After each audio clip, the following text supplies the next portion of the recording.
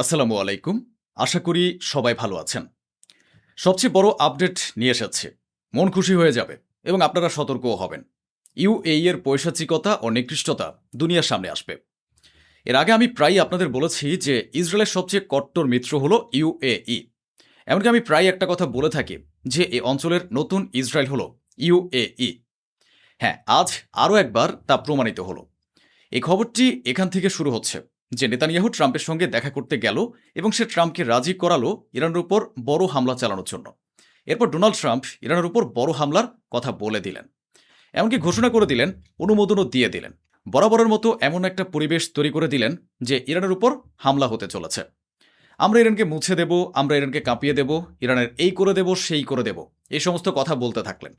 এরপরই হঠাৎ করেই একদিন রাতে ডোনাল্ড ট্রাম্প এই দেখুন এই পোস্টটি করে দিলেন যে আমাদের মধ্যে সমঝোতা হয়ে গেছে, ইরানের সঙ্গে আমাদের আলোচনা হয়ে গেছে, আমরা ইরানের উপর হামলা করব না।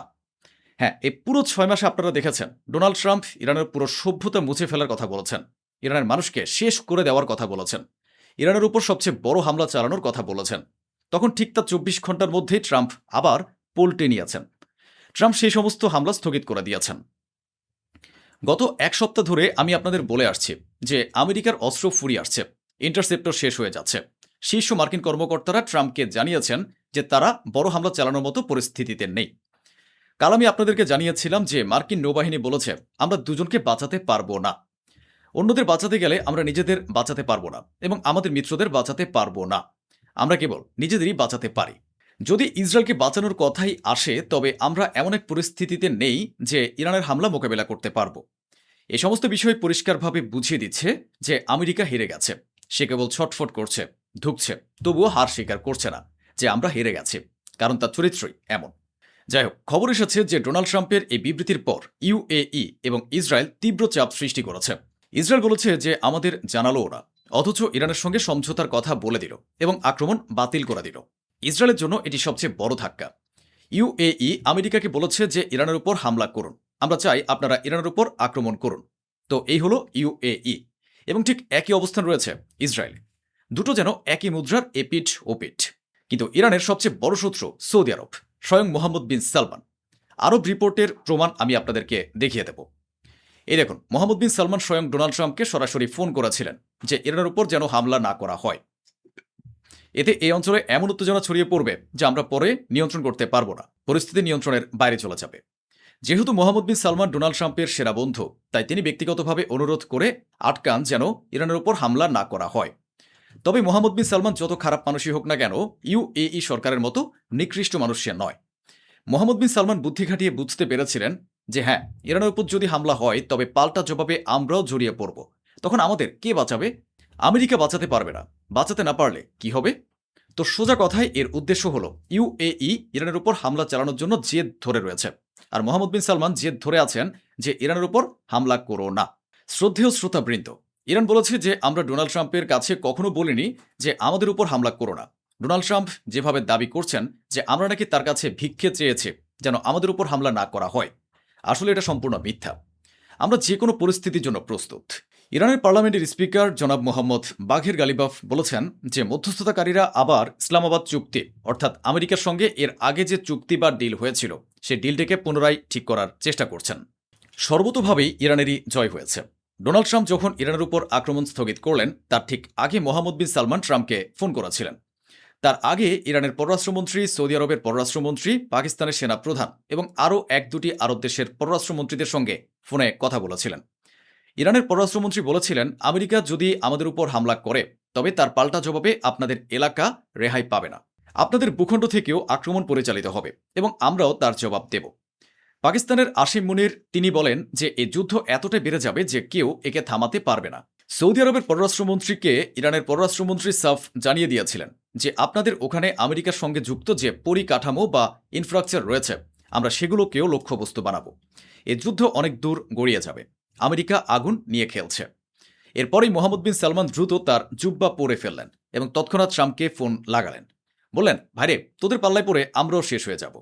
এ হলো পুরো গল্প, আর এই পুরো গল্পটাই আমি আপনাদের প্রতিদিন বুঝিয়ে বলি। ইসরায়েলিদের বক্তব্য হলো আমেরিকা অর্থাৎ ট্রাম্প আমাদের সঙ্গে বিশ্বাসঘাতকতা করেছেন। ইসরায়েলি কর্মকর্তাদের বক্তব্য হলো, আমাদের লক্ষাধিক সেনা ইরানের উপর হামলা করার জন্য প্রস্তুত ছিল। ডোনাল্ড ট্রাম্প আমাদের অন্ধকারে রেখেছেন, আমাদের জানা নেই পর্যন্ত, এবং ইরানের উপর আক্রমণ স্থগিত করে দিয়েছেন। এমনকি মার্কিন কর্মকর্তারাও নিশ্চিত করেছেন যে মার্কিন বাহিনী ইসরায়েলি বাহিনীর সঙ্গে মিলে ইরানের উপর হামলা চালানোর প্রস্তুতি নিচ্ছিল এবং হামলা হতেই যাচ্ছিল। ইসলামাবাদে যে চুক্তি হয়েছিল, যেমনটা আমি আপনাদেরকে বলেছি, তা পুনরায় কার্যকর করা হচ্ছে। 60 দিনের জন্য হরমুজ প্রণালী খুলে দেওয়া হবে এবং হরমুজ প্রণালী ব্যবহারের জন্য কোনো ফি নেওয়া হবে না। এই অঞ্চলে পুরোপুরি যুদ্ধবিরতি বজায় থাকবে, কেউ কারোর উপর হামলা করবে না। এমনকি আপনাদের নিশ্চয়ই মনে আছে এর আগে যুদ্ধবিরতিটি কে ভেঙেছিল। চুক্তি হয়ে গিয়েছিল, ইরান হরমুজ প্রণালী খুলে দিয়েছিল, অথচ ইরানের প্রয়াত সুপ্রিম লিডার শহীদ সৈয়দ আলী খামেনির জানাজার দিনে যখন জানাজা বের হচ্ছিল, ঠিক তখন আমেরিকা ইরানের উপর হামলা চালিয়েছিল। অর্থাৎ সে যুদ্ধবিরতি ও চুক্তি আমেরিকা নিজেই ভেঙেছিল। এখন এটাকে আপনারা ইরানের বুদ্ধিমত্তা নাকি বোকামি বলবেন যে সে আবারও আমেরিকার উপর ভরসা করছে এবং নতুন করে যুদ্ধবিরতি করছে? আমি এ বিষয়ে কোনো মন্তব্য করব না। তবে এই খবরগুলো দেখে ও শুনে দারুণ আনন্দ পাচ্ছে যে আমেরিকা অর্থাৎ ডোনাল্ড ট্রাম্প নেতানিয়াহুর সঙ্গে বিশ্বাসঘাতকতা করেছেন। ইসরায়েলের সঙ্গে আমেরিকা অত্যন্ত বাজে এক কাণ্ড ঘটিয়েছে। ইসরায়েলি সংবাদপত্রগুলো ছটফট করছে। এই দেখুন, টাইমস অফ ইসরায়েলের মতো বড় বড় পত্রিকায় লেখা হয়েছে যে ডোনাল্ড ট্রাম্প ইসরায়েলের সঙ্গে মিলে ইরানের উপর বড় ধরনের হামলা চালানোর সম্পূর্ণ প্রস্তুতি নিয়ে রেখেছিলেন। হঠাৎ শেষ মুহূর্তে আক্রমণ চালানোর ঠিক আগে ট্রাম্প সামাজিক যোগাযোগ মাধ্যমে পোস্ট করে দিলেন যে আমরা ইরানের সঙ্গে কথা বলছি, সমঝোতা হয়ে গেছে এবং আমরা ইরানের উপর হামলা করব না, আক্রমণ বাতিল করা হচ্ছে। নেতানিয়াহু সরকারকে কিছুই জানানো হয়নি এবং হামলা বাতিল করে দেওয়া হয়েছে। ডোনাল্ড ট্রাম্পের সামাজিক যোগাযোগ মাধ্যমের পোস্ট দেখেই কেবল আমরা জানতে পেরেছি যে ট্রাম্প হামলা বাতিল করে দিয়েছেন। আমরা ভীষণ হতাশ এবং ডোনাল্ড ট্রাম্পের এই নীতিতে আমরা খুশি নই। অন্যদিকে ইরাকের ভেতরে কুর্দি যোদ্ধাদের উপর চড়া হয়েছে ইরান, যারা কুর্দিদের সীমান্ত অতিক্রম করে ইরানে ঢোকার চেষ্টা করছে।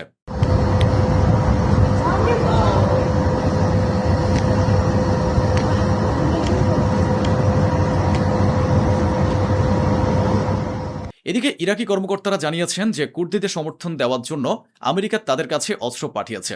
সিরিয়ার পথ দিয়ে ইরাকি কুর্দি যোদ্ধা ও সন্ত্রাসবাদীদের জন্য আমেরিকা অস্ত্রশস্ত্র পাঠিয়েছে। সম্ভবত এই কারণে ইরান কুর্দিদের উপর ধারাবাহিক আক্রমণ চালিয়ে যাচ্ছে। আমেরিকার পররাষ্ট্রমন্ত্রী আমেরিকার শীর্ষ নিউজ চ্যানেলের এক সাক্ষাৎকারে মুখ ফসকে সত্য ফাঁস করে দিয়েছেন যে ইরানের রেজিম পরিবর্তন হয়নি। এ হলো সেই ভিডিও যেখানে আমেরিকার পররাষ্ট্রমন্ত্রী প্রথমে ডোনাল্ড ট্রাম্পের প্রশংসা করেন। ওখানকার এটাই নিয়ম, ডোনাল্ড ট্রাম্পের মিথ্যা প্রশংসা করতে হয়। তিনি বলেছেন ইরানের শাসক গোষ্ঠী ট্রাম্পের মতো এমন কোনো মার্কিন প্রেসিডেন্ট দেখেনি।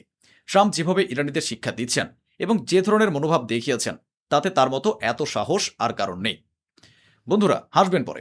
তিনি এরপর আবার বলেছেন যে ইরানের সরকার বদলায়নি, তবে তাদের বদলাতে হবে। এই একটি লাইনের কারণে সারা বিশ্বে এই খবর ছড়িয়ে পড়ে যে হ্যাঁ, ইরানের রিজিম বদলায়নি, ডোনাল্ড ট্রাম্প এবং ইসরায়েল সম্পূর্ণভাবে ব্যর্থ হয়েছে। শ্রদ্ধেয় শ্রোতাবৃন্দ, এখন তাদের বক্তব্য পরিবর্তন আসতে শুরু করেছে, কারণ সত্য তো আর লুকিয়ে রাখা যায় না। আমরা তো আপনাদের প্রতিদিন এই কথাই বলে আসছি। যে পররাষ্ট্রমন্ত্রী কাল পর্যন্ত ডোনাল্ড ট্রাম্পের কথা আউড়ে যাচ্ছিলেন যে ইরানের কাছে কোনো মিসাইল অবশিষ্ট নেই, ইরানের কাছে কোনো ড্রোন নেই, ইরান বিপদে আছে, ইরান পুরোপুরি ভেঙে পড়েছে, আজকে মার্কিন পররাষ্ট্রমন্ত্রীর মুখে শোনা যাচ্ছে যে ইরানের কাছে এখনও প্রচুর মিসাইল ও ড্রোন রয়েছে। তবে হ্যাঁ, আমরা তাদের বেশ কিছু অস্ত্র ধ্বংস করেছি। সারা দুনিয়া তোমাদের আসল ক্ষমতা জেনে গেছে এবং অন্তরে অন্তরে ইরানকে শক্তিমান বলে মেনে নিয়েছে। এখন যারা আমেরিকাকে নিজেদের বাপ মনে করত, তারাই বলতে শুরু করলো যে আপনারা এমনটা করলেন কেন। ট্রাম্পকে প্রশ্ন করতে শুরু করলো যে ভাই, হামলা থামালেন কেন? আপনাদের কি ট্রাউজার ভিজে গেছে নাকি? তো কিছু একটা বলতেই হয়। তাই ডোনাল্ড ট্রাম্পের কর্মকর্তারা এবং ট্রাম্প নিজে বললেন যে আমরা হামলা এই কারণে স্থগিত করেছি কারণ ইরান হরমুজ প্রণালী খুলে দিতে রাজি হয়েছে। এখন এখানে দুটি দিক রয়েছে। ইরান যদি হরমুজ প্রণালী খুলে দেয় তবে আমরা মেনে নেব যে হ্যাঁ, আমেরিকা জিতেছে এবং ইরান হেরেছে। কিন্তু এখানে যদি ইরানের কথা বলা হয় তবে জানেনই তো ইরান কি বলেছে। ইরান জানিয়েছে যে আমরা কোনো প্রতিশ্রুতি দেইনি, আমরা হরমুজ প্রণালী খুলবই না। তাই ট্রাম্পের যদি সাহস থাকে তবে এই বিবৃতির পর তিনি ইরানের উপর আক্রমণ করে দেখান। শ্রদ্ধেয় শ্রোতাবৃন্দ, নিজেদের মান বাঁচাতে মার্কিন সরকারের ডোনাল্ড ট্রাম্প লাগাতার মিথ্যা বলে যাচ্ছেন। ইরানের সঙ্গে লড়ার মতো কোনো সাহস তার নেই। পরম করুণাময় আল্লাহ তাআলার অদৃশ্য শক্তির সাহায্যে ইরানকে এমনভাবে সাহায্য করছেন যে আমরা এবং আপনারা উভয়ই এর সাক্ষী হয়ে গেছি। এবার শুনুন আরব দেশগুলো সম্পর্কে ইরানের প্রয়াত সুপ্রিম লিডার যা বলেছিলেন। এই যুদ্ধ যদি ছড়িয়ে পড়ে তবে সবার উপরে আঘাত আসবে। তখন আরব দেশগুলো মুচকি হাসছিল যে হয়তো খামেনি ভয় পাচ্ছেন। আজকের তাজা রিপোর্ট হলো এখন যত আরব দেশ রয়েছে তারা সবাই ভীষণভাবে হতাশ ও বিরক্ত যে আমেরিকার বড় বড় কথার বিপরীতে ইরানের বিরুদ্ধে তাদের কাছে আদতে কোনো প্ল্যানই নেই। ইরানকে থামানোর জন্য বা ইরানের উপর হামলা চালানোর জন্য তাদের কোনো রণকৌশল নেই। আর এতে আরবদের সবচেয়ে বড় ক্ষতি এই হচ্ছে যে এই যুদ্ধে সবচেয়ে বেশি হামলা হচ্ছে আরব দেশগুলোর উপর, এবং এর সরাসরি প্রভাব পড়ছে আরবদের অর্থনীতির উপর। আর এতে ইরানের প্রয়াত সুপ্রিম লিডার যা বলেছিলেন তা সম্পূর্ণ সত্য বলে প্রমাণিত হচ্ছে। শ্রদ্ধেয় শ্রোতাবৃন্দ, ইরান আমেরিকার যে হাল করেছে ইতিহাস তা মনে রাখবে এবং ভবিষ্যতে এ নিয়েও আলোচনা হবে। ৪১ দিনের এক যুদ্ধে ইরাকের উপর আমেরিকায় একটা ট্যাঙ্কার টহল দিচ্ছিল, সেটাও আঘাতপ্রাপ্ত হয়েছিল। ইরানের যোদ্ধারা সেটিতে সফলভাবে আঘাত হানে। পুরো ৪.৫ মাস লেগেছে সেই ট্যাঙ্কারটি মেরামত করতে, এবং এখন সেটি ইসরায়েলের উদ্দেশ্যে রওনা দিয়েছে।